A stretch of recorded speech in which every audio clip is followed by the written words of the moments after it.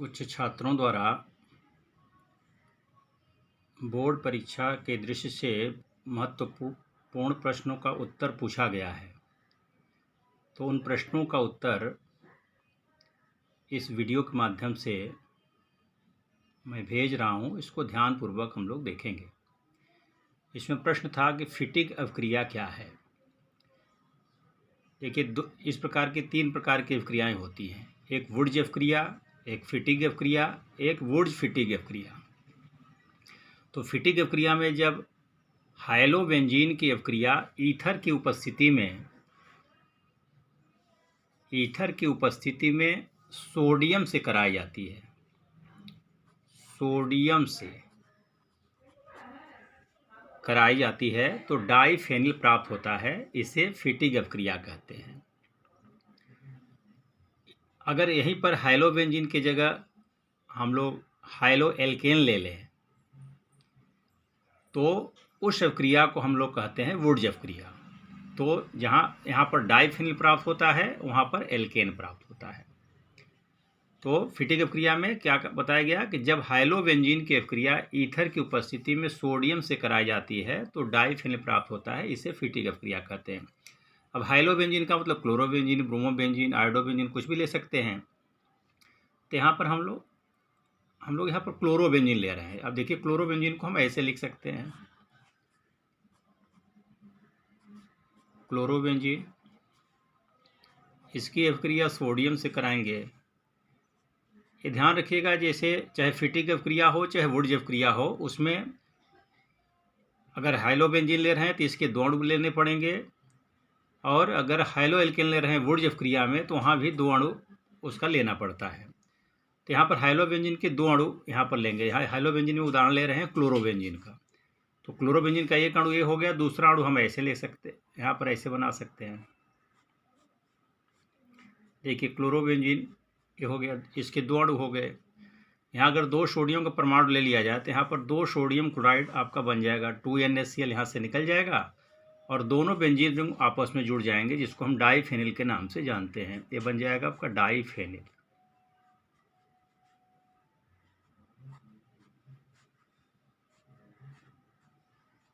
इसी को डाइफेनिल कहा जाता है, या इसको कह सकते हैं C6H5 का ट्वाइस। ठीक है, और 2NaCl यहाँ से आपको निकल जाएगा। इस अवक्रिया को हम लोग कहेंगे फिटिग अवक्रिया। अगला प्रश्न है, फ्रीडल क्राफ्ट अवक्रिया किसे कहते हैं। देखिए, फ्रीडल क्राफ्ट अवक्रिया 2 प्रकार की होती है। एक होता है फ्रीडल क्राफ्ट एल्किलीकरण और दूसरा होता है फ्रीडल क्राफ्ट एसिलीकरण। तो जब किसी भी एरोमेटिक यौगिक से हाइड्रोजन परमाणु का प्रतिस्थापन एल्किल समूह द्वारा होता है तो उसे कहते हैं फ्रीडल क्राफ्ट एल्किलीकरण, और जब एसिल समूह द्वारा होता है तो उसे कहते हैं फ्रीडल क्राफ्ट एसिलीकरण। ओवरऑल अगर फ्रीडल क्राफ्ट अवक्रिया हम यहाँ पर देख रहे हैं कि फ्रीडल क्राफ्ट अवक्रिया किसे कहते हैं, तो फ्रीडल क्राफ्ट अवक्रिया अगर पूछेगा तो हम इस प्रकार से इसकी परिभाषा लिखेंगे। जब एल्युमिनियम क्लोराइड की उपस्थिति में एरोमेटिक यौगिक की अवक्रिया एल्किल क्लोराइड या एसिल क्लोराइड के साथ कराया जाता है तो एल्किल या एसिल व्युत्पन्न प्राप्त होता है। मतलब एल्किल क्लोराइड से कराएंगे तो हमको एल्किल व्युत्पन्न प्राप्त होगा एरोमेटिक यौगिक का, और जब एसिटिल क्लोराइड से अवक्रिया कराएंगे तो एरोमेटिक यौगिक का एसिल समूह हमको प्राप्त होगा। तो इसी अवक्रिया को कहते हैं फ्रीडल क्राफ्ट अवक्रिया। अब देखिए, जैसे यहाँ पर ले लिया जाए एरोमेटिक यौगिक। अब एरोमेटिक यौगिक जैसे हम यहाँ पर बेंजीन भी ले सकते हैं। देखिए, यहाँ पर अगर हम बेंजीन की अवक्रिया किसके साथ कराएं, एल्किल क्लोराइड। अब एल्किल क्लोराइड में जैसे यहाँ पर हमने ले लिया मेथिल क्लोराइड, किसकी उपस्थिति में, एल्युमिनियम क्लोराइड की उपस्थिति में। तो क्या होगा, जैसे यहाँ पर मान लीजिए हाइड्रोजन है तो यहाँ पर हाइड्रोजन परमाणु का प्रतिस्थापन एल्किल समूह द्वारा हो जाएगा। तो यहाँ से क्या हो जाएगा, H यहाँ से हटेगा, H यहाँ से हटेगा और वहाँ पर एल्किल समूह मतलब CH3 आ जाएगा। CH3 यहाँ पर आ जाएगा, H जो है Cl से अवक्रिया करके HCl बनाएगा। तो इस अवक्रिया को कहेंगे हम फ्रीडल क्राफ्ट एल्किलीकरण। और जब फ्रीडल क्राफ्ट एसिलीकरण की बात करेंगे तो मान लीजिए ये आपका बेंजीन है और इसकी अवक्रिया हम करा देते हैं एसिटिल क्लोराइड के साथ, CH3COCl के साथ in presence of aluminium chloride. तो एसिल समूह COCH3 मतलब यहाँ से H निकले, यहाँ से हटेगा और COCH3 ग्रुप यहाँ पर आ जाएगा। तो COCH3 को हम एसिल समूह कहते हैं।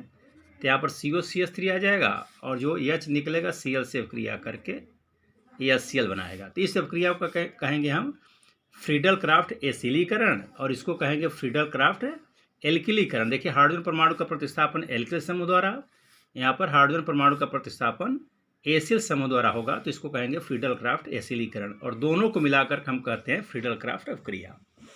तो इस प्रकार से हम इसको हम परिभाषित कर सकते हैं। एक प्रश्न बहुत इंपॉर्टेंट प्रश्न है, जल की मोललता ज्ञात कीजिए। जल की मोललता हम कैसे ज्ञात करेंगे? मान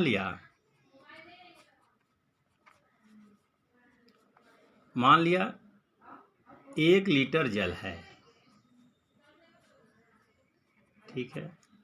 तो 1 लीटर हम जानते हैं ना कि जल के लिए जल का घनत्व 1 मिलीलीटर प्रति ग्राम होता है, मतलब 1 मिलीलीटर का वजन 1 ग्राम होता है, तो 1 लीटर का वजन 1 किलोग्राम होता है। तो अगर 1 लीटर हम जल लिए हैं तो क्या हो जाएगा 1 लीटर, इसलिए 1 लीटर जल का द्रव्यमान, 1 लीटर जल का अगर हम द्रव्यमान निकाल लें तो ग्राम में तो क्या हो जाएगा 1 किलोग्राम, और ग्राम में कहेंगे तो 1000 ग्राम, ठीक है। अब मोललता पूछ रहा है। अब मोललता का सूत्र हम लोग m बराबर लिखते हैं, m बराबर W लिखते हैं बटे m डैश लिखते हैं इंटू कैपिटल W लिखते हैं। तो यहाँ पर जो मोललता पूछ रहा है तो W की जगह यहाँ पर हम 1000 ग्राम रख देंगे, 1000 हो जाएगा, और m डैश उसका अणुभार, जल का अणुभार सब लोग जानते हैं 18, और कैपिटल W क्या है? विलायक का द्रव्यमान किलोग्राम में। तो देखिए विलायक 1 लीटर जल का द्रव्यमान कितना होगा? 1 किलोग्राम होगा। तो विलायक मतलब जल का द्रव्यमान कितना हो जाएगा? 1 किलोग्राम। अभी हो गया 1000 बटे 18, इसको अगर हम भाग दे देंगे तो ये आ जाएगा 55.56। तो इस प्रकार से जल की मोललता जो है 55.56 आ जाता है। तो जल की मोललता कभी पूछेगा तो ये तो एक तो डायरेक्ट याद भी कर लीजिए 55.56 होता है, अगर निकालने के लिए कहेगा तो इस प्रकार से हम निकाल सकते हैं, ठीक है। अगला प्रश्न थोड़ा देखेंगे। अगला प्रश्न है अमोनिया का क्वथनांक उच्च क्यों होता है? तो हम लोग जानते हैं कि जैसे अमोनिया गैस है, कार्बन डाइऑक्साइड गैस है, ऑक्सीजन गैस है, लेकिन इस सब में अगर देखा जाए तो अमोनिया का क्वथनांक सबसे अधिक होता है। क्यों? क्योंकि अमोनिया में अंतरा अणुक हाइड्रोजन बंध पाया जाता है। तो अंतरा अणुक हाइड्रोजन बंध पाए जाने के कारण इसके अणुओं का क्या होता है? संगुणन हो जाता है, मतलब इसके कई अणु आपस में जुड़ जाते हैं, ठीक है। किसके कारण? अंतरा अणुक हाइड्रोजन बंध के कारण इसके कई अणु आपस में जुड़ जाते हैं, जिसके कारण इसका क्वथनांक अधिक हो जाता है। तो हम यहाँ पर देख सकते हैं किस प्रकार से हाइड्रोजन बंध बनता है। तो अमोनिया की अगर संरचना देखा जाए तो इस प्रकार से इसकी संरचना होती है, अमोनिया है, ठीक है। अब ये जो हाइड्रोजन है वो फिर दूसरे अमोनिया के अणु से इस प्रकार से जुड़ सकता है, ठीक है। तो देखिए एक अमोनिया का अणु ये हो गया आपका और दूसरा अणु ये हो गया। अब दोनों के बीच में देखिए हाइड्रोजन बंध बन गया। तो जब दो अणुओं के बीच में हाइड्रोजन बंध बनता है, दो या दो से अधिक अणुओं के बीच हाइड्रोजन बंध बनता है, तो उसको कहते हैं हम अंतरा अणुक हाइड्रोजन बंध। और जब एक ही अणु के में बनता है तो उसको कहते हैं अंतः अणुक हाइड्रोजन बंध। तो यहाँ पर अंतरा अणुक हाइड्रोजन बंध है, ये आपका क्या है? हाइड्रोजन बॉन्ड है।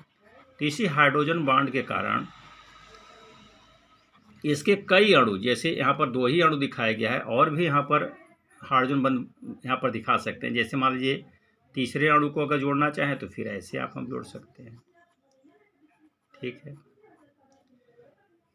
तो अंतराणुक हाइड्रोजन बंध के कारण इसका क्वथनांक उच्च होता है, ठीक है। इस प्रकार से इसका उत्तर देख लेंगे। अगला प्रश्न है फिनाल और एल्कोहल में 3 अंतर बताइए। तो फिनाल हम लोग जानते हैं कि फिनाल में भी OH समूह होता है और एल्कोहल में भी OH समूह होता है, लेकिन फिनाल अम्लीय गुण प्रदर्शित करता है। अम्लीय गुण के कारण यह नीले लिटमस पेपर को लाल कर देता है। फिनाल मतलब फिनाल में अम्लीय गुण पाया जाता है, जिसके कारण वो नीले लिटमस पेपर को लाल कर देता है।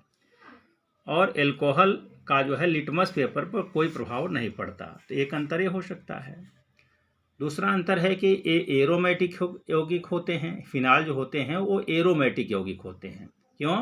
क्योंकि बेंजीन के ये व्युत्पन्न हैं, इसलिए एरोमेटिक यौगिक होंगे। और ये जो है एल्कोहल जो होते हैं वो एलिफैटिक यौगिक होते हैं। दूसरा अंतर ये हो सकता है। तीसरा, जो फिनाल में OH समूह है वो बेंजीन रिंग से जुड़ा होता है, और एल्कोहल में जो OH समूह होता है वह एल्किल समूह से जुड़ता है। जैसे उदाहरण के लिए यहाँ पर हम बना सकते हैं, जैसे यहाँ पर फिनाल है और फिनाल में क्या होगा, बेंजीन होगा, उसमें OH समूह जो है बेंजीन रिंग से जुड़ा होगा। यहाँ पर एल्कोहल में क्या होगा, कोई एल्किल समूह होगा, जैसे CH3 समूह है और उससे आपका OH जुड़ा हुआ है। तो ये भी जो है इसका एक अंतर हो सकता है। तो इस प्रकार से फिनाल और एल्कोहल में जो है हम अंतर लिख सकते हैं। उम्मीद है कि इन सभी प्रश्नों का उत्तर समझ में आया होगा। यदि आपको समझ में आ गया हो तो लाइक करिएगा, सब्सक्राइब करिएगा। यदि किसी प्रकार की कमी रह गई हो तो कमेंट के माध्यम से और भी इस प्रश्न का उत्तर हम लोग क्लियर जान सकते हैं। धन्यवाद।